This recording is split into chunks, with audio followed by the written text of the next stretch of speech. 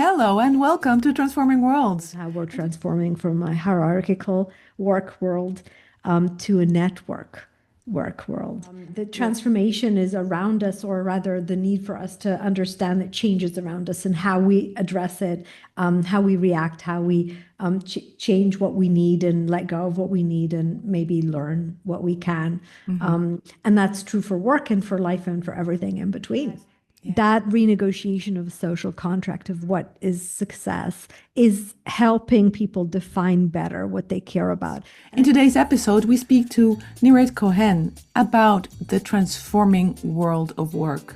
She is a future of work expert, strategist, columnist, and sought after speaker who connects long-term trends with real-world application. She's held leadership roles across HR, M&A, finance, and HR information systems, and she has a deep expertise in designing strategies that respond to current challenges and future possibilities. She helps organizations and leaders reimagine the employee life cycle, management practices, and organizational design. She advises leaders, professionals, educators, and policymakers on how to adapt in times of accelerated change. Through her writing, she explores the transformations reshaping careers, organizations, and society. Nirit inspires action with clarity, foresight, and a grounded understanding of what it takes to create the future of work. So join us in this amazing conversation about a world that is so much in transformation, like so many others, but especially affecting our everyday lives through our work. What is happening with artificial intelligence, our humanity, the way we work, where we work, how we work. All of this is what we explore together with Nirit in today's episode. Tune in. Hello, Nirit, and welcome to Transforming Worlds. How are you today? Thank you. Hello, and thank you for having me. Oh, I'm excited about this conversation. Few topics are as transformational as the world of work, and you are one of the top experts in that arena. But before we dive in, tell us what is transforming in your life these days? I learned from doing this, so from looking at the future of work for so many years, frankly, almost 15 now, that it just is, right? It's living in an understanding that stability is not really there, and understanding that things are changing and they will change all the time. So I actually have a son who's getting married, and I'm getting used to transformation of family. Wow, that must be something really excited to look forward to, and all of the Yes, planning and all of the expectations. yes, yes, yes. Well, then that's one of those moments when you feel like having all this experience in dealing with expectations and change is going to come handy on your personal life as well. Yeah, yeah. I think that's it. So I actually think, and we're going to talk about work, right? And I don't believe that life starts where work ends, or vice versa. I think we're living in a different kind of life and work ecosystem these days, and so the understanding that the transformation is around us, or rather, the need for us to understand that change is around us and how we address it, how we react, how we change what we need and let go of what we need and maybe learn what we can. And that's true for work and for life and for everything in between. Yeah. But it does need us to go into our, what I call our discomfort zone. So understanding that we're going to face discomfort and we're going to have to deal with it, because if we walk away from it, there's no change and there's no transformation. Yeah. So what is the discomfort that you wanted to explore as you started diving more deeply into the world of work and the future of work in particular? So, I spent 30 years in large multinational. I worked for Intel, and I remember many years ago, we used to talk about change management as an event, right? So we were here, we needed to get there, and we would move between here and there. And there were models. They even called this process the valley of death, right? So you have to go through this one time, transformation exercise. And I think all of us are still living in this myth, right? That there's a here and there's a there. So there's a day after, there's a when this change will end, or when we will be, after COVID, after AI, after something, whatever it is that you're living in. I think realizing that that's not going to happen, and that you have to learn to live within this what we used to call the valley of death, and we should no longer call it that, right? Because that is our life, right? It's not, we can't wait for the day after. We just need to kind of work within what is happening. We used to talk about black swans, right? So a sudden surprise event that shows up.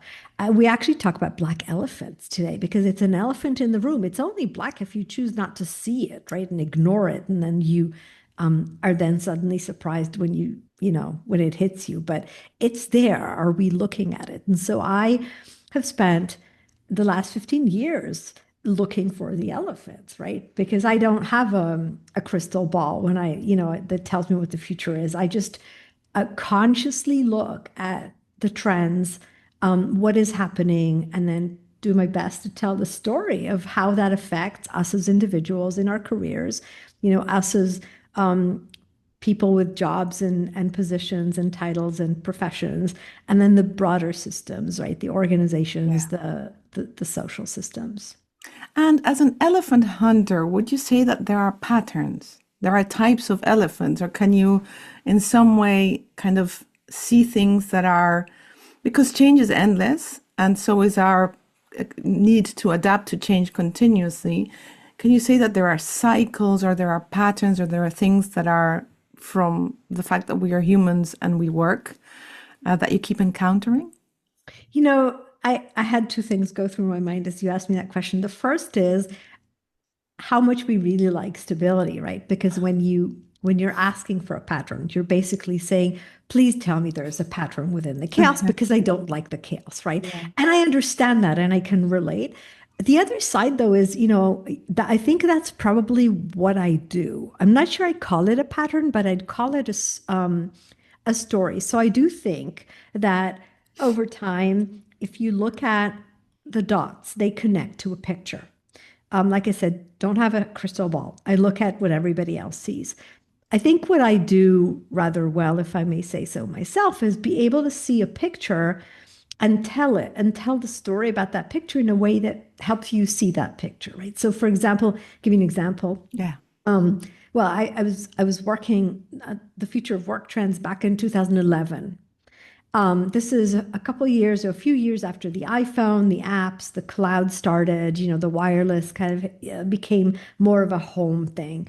And I brought a paper. It's actually a published white paper on the web that talks about the future of knowledge work 2025. So this is 2011, right? Yeah. And described a world where everywhere is the new location, everything is the new work, and everyone is the new talent. And so that's a pattern, right? But it's a very different pattern because in the world of I own you, you are my employee, I am your manager, the idea that you can work in a building that isn't mine, which we today call, offices for hire or cafes for that matter or Yeah, home, right. right? Or if you can work with people who do not belong to you, which we today call freelancers or platform, gig workers, etc. Or if you can work in a job that isn't my org chart, which we today see as projects or networks or even open systems of collaboration, that's a pattern. But it's still difficult for us because sometimes the pattern doesn't fit the pattern that we're used to. And so we say, no, that's chaos. Right. Right. And language evolves with that as well, because all of these words that you just mentioned were non-existent words Yeah. before. And now suddenly we have names for that. How does that emerge? Because, of course, the opposite of the pattern is the emergence. So what does that emergence look like as you observe it? Like, because you're gathering all of these stories of people who are going through these changes, developing new vocabulary, developing new ways of working. How does the emergence then look like? So that's a really important question that you touched on. I actually think it's one of the most important abilities for us to grasp changes, right? Language, because where we have the words, we're comfortable. So sometimes we use words to describe things in a way that shows that we are uncomfortable. So, just if you look at the last few years, we talk a lot about the quiet trends, like quiet quitting or, Yeah. quiet vacationing, which is a way for organizations to say, oh, you're doing something behind my back. It's a Oh, judgmental way of talking about changes where I actually argued again, I write in Forbes, so a lot of yeah. these things are published, and I actually argued that quiet quitting is actually people's renegotiation of work and life contracts within organizations. In the past, we had they actually, we had that mass quitting that people left organizations and then found new jobs, and that means they've renegotiated their terms outside. And quiet quitting just means I realize I don't need to quit so that I can renegotiate my terms inside, right? So it means. Right. Yes, my calendar might be free at 8 p.m., but I'm not okay with you scheduling a meeting at 8 p.m., right? So, the terms are sometimes there to show that something's happening, but they're also sometimes there to show how we judge what is happening. Even generations, I find that generations, the labeling is a judgmental Yeah. element in it because we always say it's a they, right? I belong to this group. This is what I consider normal. They are another group. Here's what they're doing. Not sure I consider that acceptable or normal behavior, right? So I actually always talk about how the world is changing, and frankly, it's changing for all of us. So even if Right. I consider something normal, it might not be relevant anymore, and I need to let go, and it's actually holding me back. So language is really important, and watching how much judgment we put into language when we talk about it is really important. Yeah. Do you have a story to share with us that is kind of a favorite breakthrough in this space? How people found less judgmental ways to qualify what was happening and develop a new common sense, which in Spanish we say common sense is the least common of the senses, right? So, yeah. So, do you have a story that felt admirable to you, looking at it from the outside or researching it? Like, okay, there was a situation where new terms had to be renegotiated and rebalanced, recalibrated amongst, an employer and an employee or a group of peers, and suddenly they found a new way of doing it. There are probably very many, but which are your favorite ones? Yeah, so I actually I've been thinking as you're asking this question, I can talk about a few. Maybe we can talk about something where we can look back and see how it evolved. We can also talk about something that is evolving these days, right? But if you want to look back for a moment, we can look at what's happening with remote work, work from home. Um, so I have a lot of content, and sometimes there are tools you say, okay, if you want your content to be found on Google, you need to promote SEO terms. Yeah. And I remember when COVID started, and I had been talking about work from anywhere. So everywhere is the new location. I had been talking about that for almost a decade before COVID, but I Wow. was that keynote that you brought to strategy meetings when you wanted to open people's thought process, but it would never happen, right? So very far out there. And then COVID hit, and everywhere became the new location, right? And when we were coming out of COVID, which was a really, really long time, we couldn't put that genie back in the bottle. And I had started talking about what I called hybrid work about 3 to 4 months after COVID first, initial lockdowns. And I remember SEO saying there's no such term. Yeah.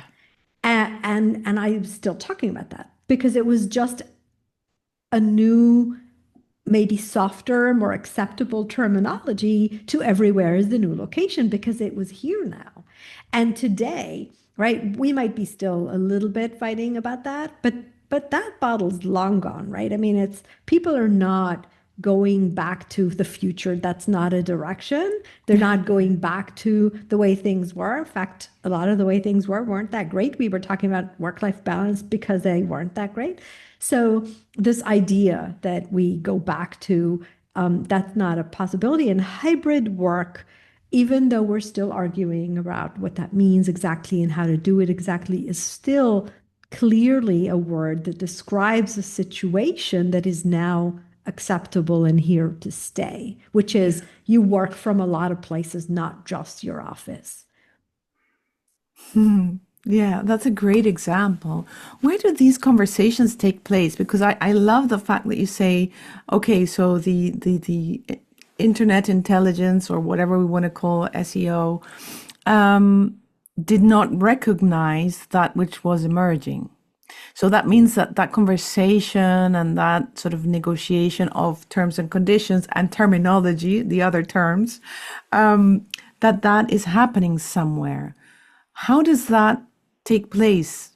Where does it start happening? Is it people getting grumpy and saying, I need things to be different? Or is it more initiated by corporations and employers trying to form the future? Because transformation is always about a new form, right? A new form and going across the current one to change it into the next one. So where does that form emerge? Who are the formers of that language evolution that we're talking about? That's a really good question because, first of all, the clear answer for us right now is it's not managed from the top. Yeah. But I stopped myself for a second and thought before I responded to you, because when you look back, right, when you go back to history of work and you think about Forbes having described the whole changes in productivity in the production line, and a lot of these changes were managed from the top. So I think it's also about how work is changing. So we are not seeing a lot of these changes. They're actually networked and they're Yes. happening. They're not people sitting in rooms managing them, which, by the way, is why a lot of the leadership is fighting it. So when you think about why we are seeing the data showing that more and more people who can work from more than the office are doing so over time. Leaders and headlines are still talking about back to, right? RTO, so return to office. The reason that I think we're seeing this is because COVID took away from leaders something that they're not used to, which is the right to make a decision. If you think before COVID, any big change in how people work, which was like telecommuting, 1 day remote work, or freelancers, or anything like that, would be PowerPoints and reviews and conference rooms and decision making by leaders. And COVID did just disrupted that, created a reality that had no say in, and they never got to weigh in and say, this is what I want, or this is how I want to do it. So ever since COVID, we're actually renegotiating how much say they have in determining what that reality looks like. Right. And you're seeing this tug of war between people saying, this is what we want to retain in terms of autonomy and flexibility and the right to make decisions on where, how, what, I work. And organizations who are saying, no, I actually want to go back to the pre-COVID era where I get to make a conversation and decision and decide how to tailor this, which really means that the changes right now, they're driven from the bottom. And frankly, that also shows how we're transforming from a hierarchical work world to a network work world, which is a world where you come together around things you believe in to do things that matter, as opposed to somebody tells you and somebody structures the work and your agenda. Wow. It's fascinating. And I think you've done a brilliant job at explaining that because it's morphing and moving continuously. So it's really hard to pin down. In Yes. the world of leadership and HR, there is this kind of idea that when teams and people get together, they go through a process which is called norming, forming, and performing. Norming, performing, This yes. concept from because of my listeners and our audience are people that work on different forms of designing and giving form to the world around us. In corporations and sort of large businesses, this idea of norming, forming, performing moves to the outcome, the design outcome, which is performance. But it seems to me that in this networked world, this sort of norming, forming, and performing must look very differently because the goal is how do we function as a network and how do we support each other rather than how do we perform individually, so that at the end of the day, some manager or some appointed leader says, okay, you provided this, you provided this, you provided that, and the sum total is so much, and this is our performance. Now it seems to be much more about synergy. So what is that process like? This, what used to be norming, forming, or performing, which there's no direction of going back to that. That's not an option. What does that look like going forward? That's a really good question. Models like that, right? I mean, I remember learning them in very, very basic first line management, managing through people, right? And we were Right. taught that a team goes through these phases, norming, forming, actually storming in the Oh between, yeah, right? And right. performing, Forgot right? that one. Yeah. Critical, critical phase. And we were also taught that if one single member of the team changes, you go right back to norming and the whole dynamic starts again. So think about what that means, right? And how much that's not possible today, because that was a story of the days where teams were stable. So I'm a new manager, I have a team, I take it through the phases, I go through, I get to performing, takes me a few months. Now I have a couple, few years to have this team in performing phase. And in today's world and speed of change, right?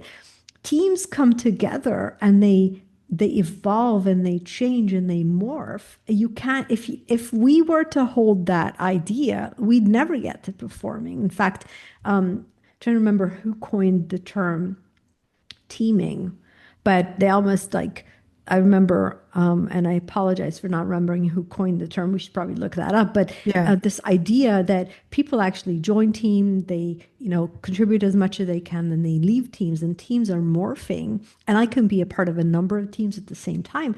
So Right. in a networked world, the way you come together, the way you create performance and value and greatness, right? Cannot be managed by the manager who takes the process through this, and cannot be disrupted once one person leaves, because we would never be able to operate this way. And I think what you're touching on is the fact that we haven't done what we need to do to actually build the new, not just language, but also tools for management, because we're still trying to Right. manage networks with hierarchical tools. And that's not going to work.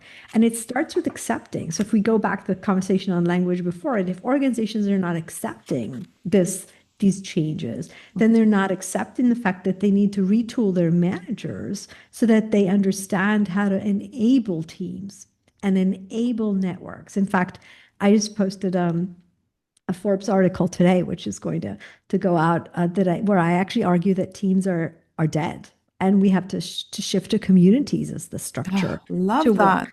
Because community, if you think about even what makes you feel, right? You say, okay, I join a community, is not managed. It's somebody put an agenda there. I care about it. I want to contribute. I join, and that creates work from a totally different place than my manager told me so. I have objectives. I get measured. I get compensated. The way I say this these days is that people no longer work for you because you tell them to, you pay them, you measure them on it. They work for you if by working for you, they're also accomplishing what they care about in work and life. And those are completely different motivators, and they create completely different work structures. Yeah. And I really like how you reframe that performance is not delivered, performance is created. So it's very different, because when you have to deliver performance, it becomes a coercive mechanism. And coercion never worked. At Yes, least it doesn't work to unleash the good side in people, the yes, creative side, the lively side, the proactive side. Then, by coercion, everyone becomes passive, because if they're going to tell you what to do, why bother initiating anything? Whereas when we create performance, it's really empowering us to be the ones doing that.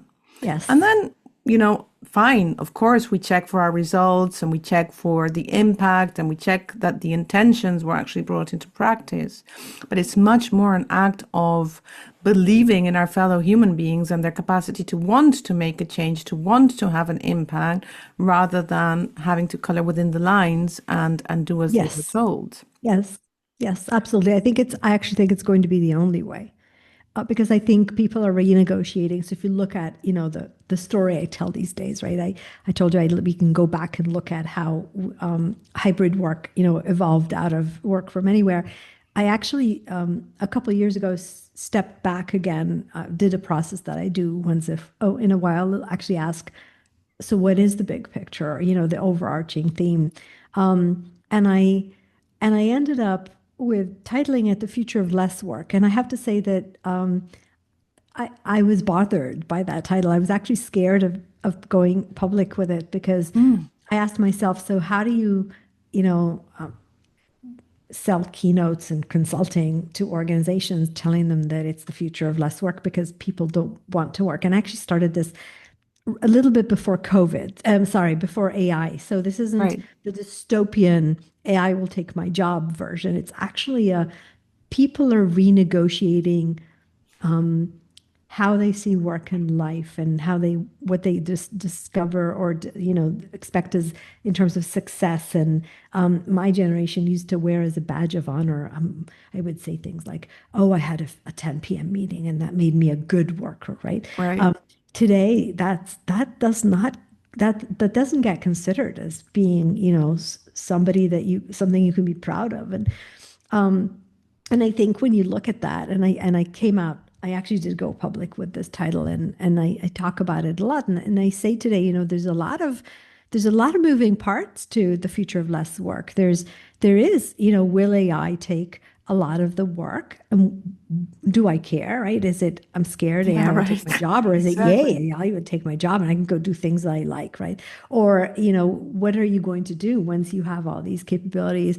And then there's also what I call the changing social contract of work and the way people, all the signs are there for a long time that people are really interested in living work within life as opposed to, like I said before, life starts where work ends. Do you think there's a difference in sectors, in cultures, in professions? Is there a difference between in this podcast we've talked about the laptop class, but the so-called blue collar, white collar workers. What are the differences in that changing social contract? So that's a really good question. I've actually explored it a lot.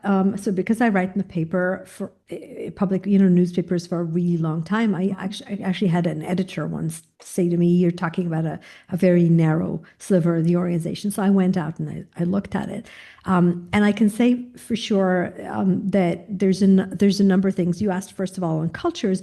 I actually wrote an article on Forbes that hit over 100,000 readers really quickly. That was called "Forget Work-Life Balance. It's the Future of Less Work." And I showed trends, including hashtags, right, from all over the world, including, for example, Asia, where the culture was very much, work was defined as certain things, and suddenly you had hashtags like, lying flat or something like that. There's like Monday mornings, lazy Monday mornings, or Yeah. wear your pajamas to work, and there was like a complete renegotiation of what work values should mean, right? So we actually see a lot of these globally.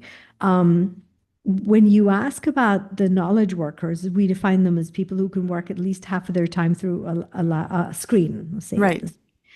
To the people who are hourly workers or their location is tied to their work's tied to location, we actually see a lot of future work trends there, starting with flexible shifts, poly working, shorter shifts where I can actually build I could work for you in the morning and then spend time in the afternoon with my kids and then work a night shift if I want to build a shift that's different, right? So we're seeing people do that.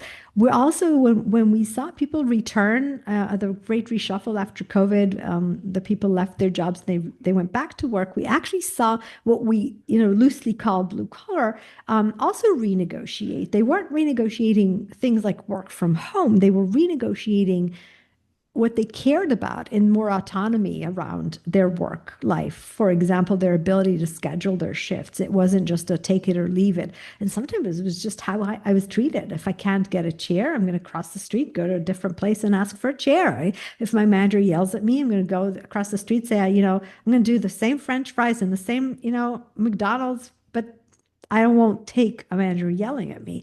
Yes. So they were renegotiating a lot of these things in different ways. I actually don't think COVID was about work from home. I think that's a misinterpretation. I think COVID was about a higher autonomy that we have as individuals to control where, how, what, with who we work, right? Yeah. And it's for knowledge workers, it was more, it was more focused on my ability to work in different places, in different hours.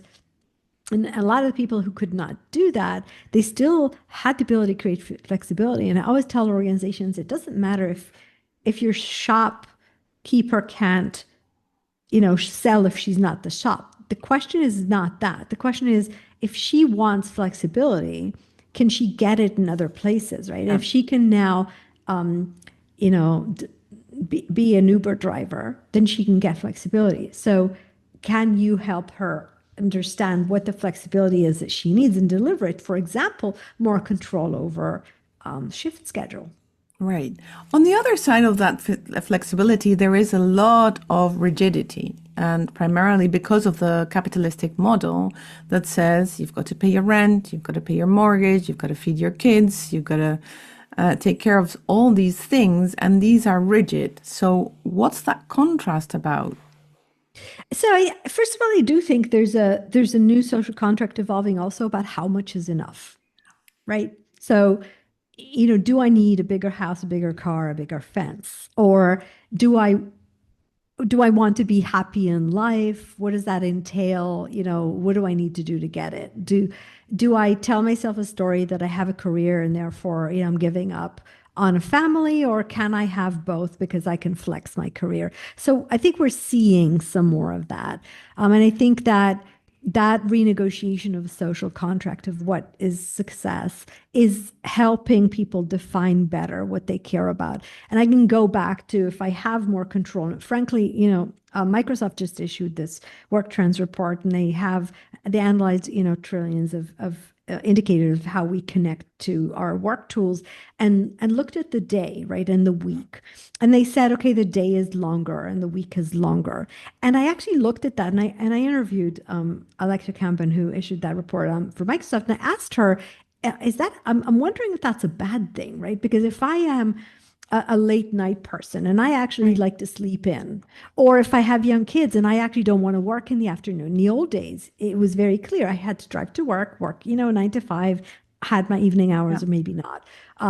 Today, I get to sleep in. Maybe I get to start work later. I get to end my workday later, or maybe I compress my days. I have long, 3 days, 12 hours, because that's how I like it, and I have a long weekend. And this idea that I can flex how I work to fit who I am, my preferences, and my life needs, right? To me, that's valuable. It's just that allows me to redefine how I want to live and work and what success looks like. I think this topic of enough is something that we are not yet at the level of having developed the language for. That is one of the big emerging things in this space. First of all, what do I need for my livelihood and my well-being and my sustenance? But also, how much do I have to deliver today?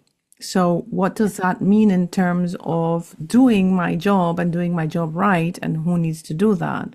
And with the AI discussion coming up, that is becoming a really important question. So how many people today in the creative industry are using AI to accelerate their process of delivery? So not necessarily their creative spark, but then there are so many ways of doing something that if you can be assisted by agents, then we are seeing that within the creative industry emerging very rapidly, whether it is for content production and social media content production, whether it is for writing and blogging. I mean, today I'm on Substack, you're on Substack, we're all writing, and some of us are very deterministic and saying, no, I do my writing, and yes, I use AI and ChatGPT and Claude and what have you to support me in the editing or in a bit of the research. But at the end of the day, I'm the author, I curate my stuff, and I don't just, send things into space. But I think that this enoughness is not only relating to how do we organize our work-life balance, but also more deeply, how do we organize our work? Are you seeing that too? I think, you're touching on an interesting question that I actually think is evolving these days, which is who owns the value created by the tools, right? So there's a number of versions here. If you think about it, so suppose you can do your job half the time, right? Yeah. Because of tools that are available to you. If you're an individual working for themselves, right? You decide if that means you are now free half the time to do other things that are not your job, right? Or making money, and you can, decide that you do something else, or you can, do more and take more clients and make more money. It's your decision. If you're a salaried employee, that means that that means that your company owns your time. So if I pay you for 8 hours a workday, and you can now do your job with 6 hours a workday because of the tools, I can give you 2 more hours of work, right? And I actually think that that's one of the interesting conversations that are happening these days, because organizations, I was going to say stuck, maybe I will, right? In the old model, will say, I own you.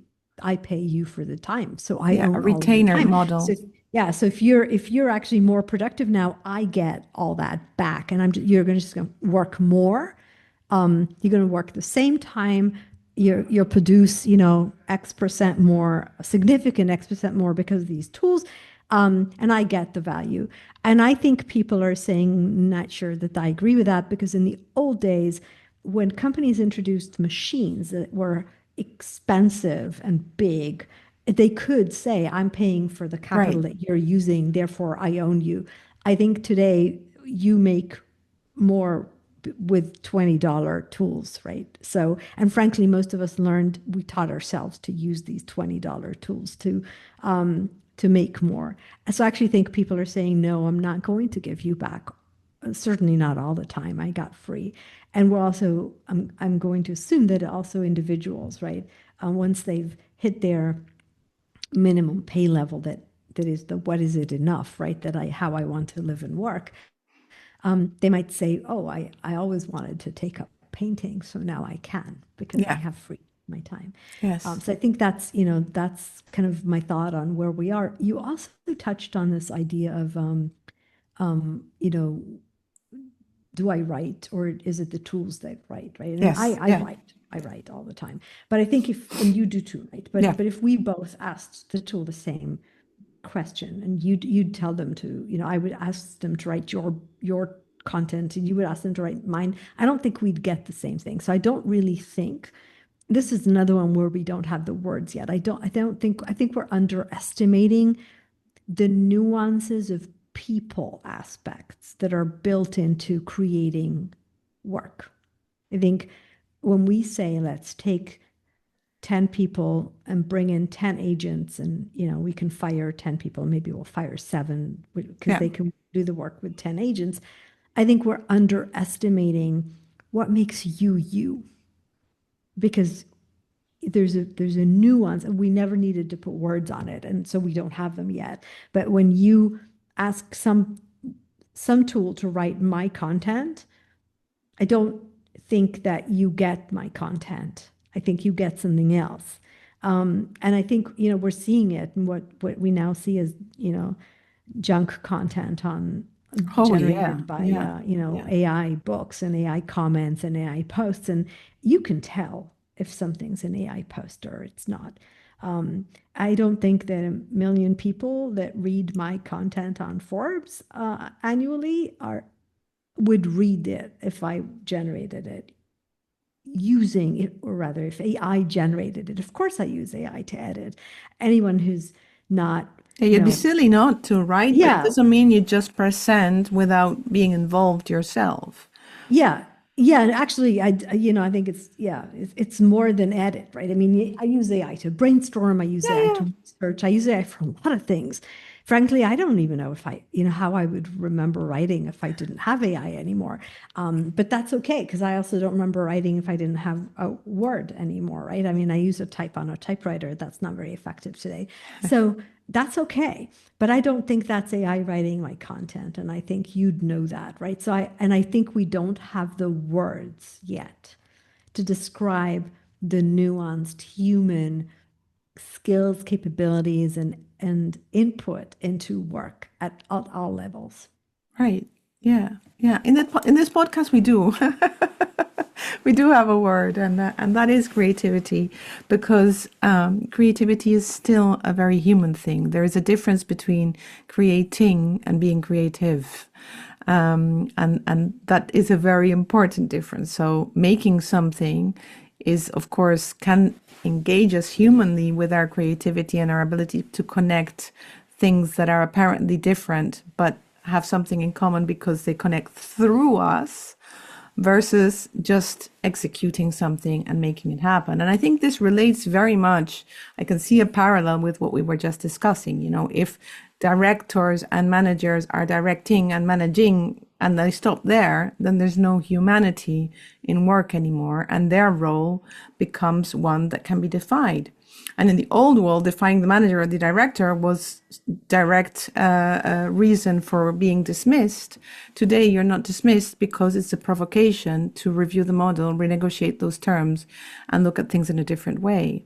Which I think that is also why there's a depth to this discussion that is about ethics and is about what do we consider to be human, to be ethical, to be appropriate and right, for lack of a better word. There is no one single way of doing things right, but there are human and life enhancing and life promoting conditions that you can help create. And this discussion is at the essence of the world of work.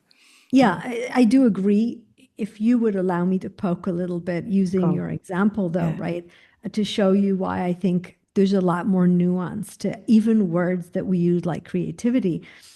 So, for example, if you're having a conversation about a marketing person, when they say creativity, they mean one thing.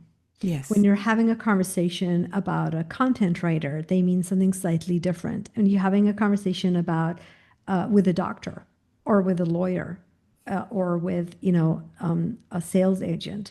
When they say creativity, they mean something slightly different. Now, as humans, we have a picture in our mind of what I mean when I say a creative salesperson, Of course. which is different than what I would mean when I say I needed a creative doctor. It's not the same thing.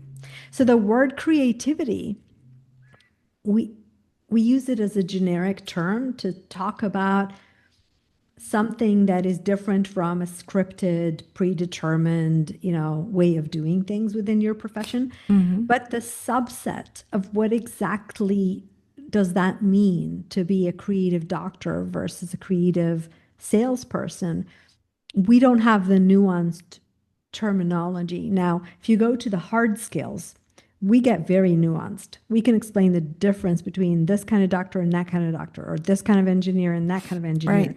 We even know, how to explain the difference between a salesperson working in this industry and a salesperson working in that industry. But we don't do that with words like creativity and collaboration and leadership and Empathy. Right. right. And we never needed to. And I think the point I'm trying to make is in an AI world, that will become the essence of who you are. Yeah. And so we're going to need to, circling back to your very good point in the beginning of our conversation, develop language to describe those nuances. I love that. And one of my best read articles is on spelling and how through language we cast spells. So Interesting. we, by giving it a name, we condition it into something, and therefore we are already predefining the expected outcome and how dangerous that is as well, right? Because Yes. all of this labeling and pigeonholing hasn't brought us Yes. very far, has it? So we need to start thinking about how can we gain fluidity for this. And one of the people who is one of the best people at doing this is Nora Bateson from the Bateson Institute, who really looks to creating new words. But the problem with new words is no one understands them. So then you go like, what does she mean by? And you have to Google it again to bring it top of mind. So when you look at for inspiration, what inspires you? Do you look at nature? Do you look at technology? Where do you look for inspiration on things that are transforming, transitioning, changing? I would say conversations. I think I've learned. So, a Pocahontas Disney movie, right? There's a song there that says, if you walk the footsteps of a stranger, you learn things you never knew, Right. right? Most of us walk into a room or a virtual room on a work day, talk to the same seven people, give or take, and nothing new will ever come from that. So I consciously create situations for myself or platforms that cause me to talk to people that I normally wouldn't talk to on topics that I normally wouldn't talk about. And it can be by building a podcast or by going to conferences that are not within my domain or whatever it is that I decide to do at a given time. And I consciously, and by the way, I'm not comfortable with that. So if anybody's hearing this and saying, "Oh, she's probably a people person," I could never do that. And no, I'm not. Right? I'd much rather stay behind my computer and write words. So, but I create the situations that force me to do that because that ends up inspiring me, teaching me things I didn't know. Right? Yeah, beautiful. That's I didn't know that exact quote from Pocahontas. I think it's brilliant. Yeah, way to go, Pocahontas, for bringing these ideas and diversity back up into the main. So, as the future continues to evolve, and as we negotiate our work-life balance, what it means, what is enough, where we want to be of value. How will that sort of change us as society, do you think? If I were to fast forward 20 years, 50 years, what would the future of work be like according to Nirit? So there's no such thing as a balance. But I think that the the range that is our work and our life will be very different. Will be something that will be more individualized and less mandated. So if I were to think about the vision of the future that I think it seems to be evolving, but I would also really hope that we would create, is that there would be a place for us to choose how to live our life and be able to bring work both in how we work, but also the what we do into that in a way that is conducive to how we want to live our life. I think I started with a probably good place to end is I don't think you want to start living your life where work ends. So I think that relationship that work is a place you go to that is mandated and also a lot of times limits, right? Who gets to enter and who Right. gets to do what and who gets to who stays out because they're not in the right place or can't work in the right hours. Or I think the world we're building that I call the future of less work isn't about less work in the sense of number of hours or number of units of productivity. It's actually less of what doesn't matter and more of what does. And I hope we make it a world where if AI can take the work, then we say, yay, take the work. I'll go do some stuff I think we never got around to doing, maybe, for the planet, for humanity, for society, for myself, for my community. I think that is where we're going. I really hope that is where we're going. Yeah, that's beautiful. I want to go there too. And to something we said in the beginning, how often do we have to choose? How often do we have to Right. So choose? you said we will make choices as to how do Yes. we live our lives and what Yeah. role work has in it. As much as we need to, right? I mean, change isn't just about work, it's about everything. And so my Right. life circumstances change, my energy levels change. Sometimes it's understanding that today I don't have it in me. And therefore, it's okay to step away. And another day, I have a lot in me, and I'm going to do, more than what I would normally do. And then maybe it's a month because I'm really busy because something's happening in my life, and I let go, or frankly, the other way around, right? And sometimes it's a year. And I just think it is having the ability to choose and being able to and having the tools Yes. to Yeah. recognize that you need to choose Exactly. Yeah. And is that's really that's the reason for my question, because I think it's important that we clarify to ourselves that of course balance doesn't exist. It's a dynamic concept, and even range is a dynamic concept. Today I want to be more on this side, tomorrow I want to be more on this side. The important thing, the way to keep balance is to keep moving, and the way to keep engagement in what it is that you do is to keep choosing, because that aligns with oneself, one's values, one's hopes, really helps us move forward in the direction of our dreams. Yeah. yes, absolutely. Wonderful, Nirit. Is there something else you'd like to share with us? Wow, you talked about all these really important things. Thank you. Thank you for wonderful questions. They generate thoughts that weren't there before. So my head's spinning. Now, thanks for sharing it with us. So you're obviously very thoughtful and, very eloquent also in being able to explain something so deep and so, that is morphing so quickly to us and to our audience. Where can people find your work? So I write on Substack, The Future of Less Work. I have my podcast, The Future of Less Work, on all the platforms as well as YouTube, obviously. I write on Forbes, so you can just look me up by name on Forbes, and then there's LinkedIn, right? I have a newsletter there as well, and all my content, and so wherever you're comfortable taking your content, and please join the conversation. I mean, I believe in co-creating the future, Yeah. right? One conversation at a time. So this was a great example. Thank you for that. And I think people should really join the conversation. Once you voice what you care about, things happen. Yeah. We're going to add all of those links to the show notes. And thank you so much, Nirit, for your wisdom and your perspective. It's been a great conversation. Thank Thank you you. so much for having me.